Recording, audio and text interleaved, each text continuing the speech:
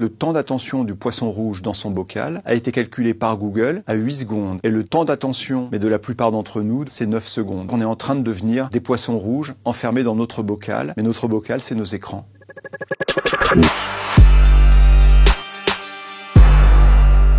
Il y a eu une étude qui disait qu'au-delà de 30 minutes passées par jour sur les réseaux sociaux, la santé mentale des plus jeunes était menacée. Et sur le téléphone portable en France, on y passe pas loin de 2 heures et on pense que ce temps va doubler d'ici 2 ans. Est-ce que ça nous rend fous? Sans doute un peu, en tout cas ça nous rend dépendants.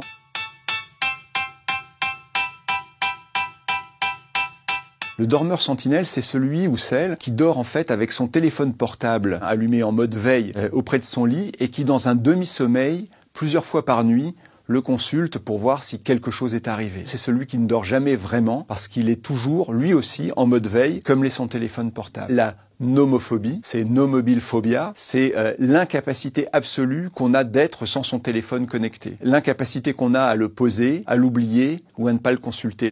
Le snubbing, ça vient de phone et snubbing, c'est-à-dire je snob les gens qui sont autour de moi parce que je me consacre à mon téléphone. Regardez les temps de repas que vous pouvez avoir entre amis, en famille. Le snubbing, c'est typiquement je consulte mon téléphone portable alors que tu es avec moi, que tu me parles et pourtant toute mon attention est attirée vers cet écran. Il y a un syndrome plus compliqué, presque prédépressif, qui s'appelle l'assombrissement. C'est quand vous commencez à avoir l'habitude de rechercher ce que fait un profil, de vos amis en ligne. Vous ne pouvez pas vous empêcher de le suivre, de le traquer, de savoir ce qui se passe. On parle d'assombrissement parce que petit à petit, ça vous écarte de la réalité de la vie pour vous plonger dans une sorte d'obsession quant au comportement de cette personne en ligne. Au début, les réseaux sociaux, tous ces outils-là nous permettaient d'avoir plusieurs identités et c'était une liberté, c'est toujours une liberté qui nous est donnée. Mais de temps en temps, cette liberté nous entraîne vers la schizophrénie de profil, c'est-à-dire qu'on a tellement d'identités différentes qu'on ne sait plus très bien se situer soi-même par rapport à ces profils-là. Il y a un syndrome qui s'appelle l'atasagoraphobie, c'est la peur d'être oublié. Dans les réseaux que nous occupons, elle se manifeste par un contrôle permanent quant à savoir si vous avez été liké, si vous avez été sharé, donc partagé,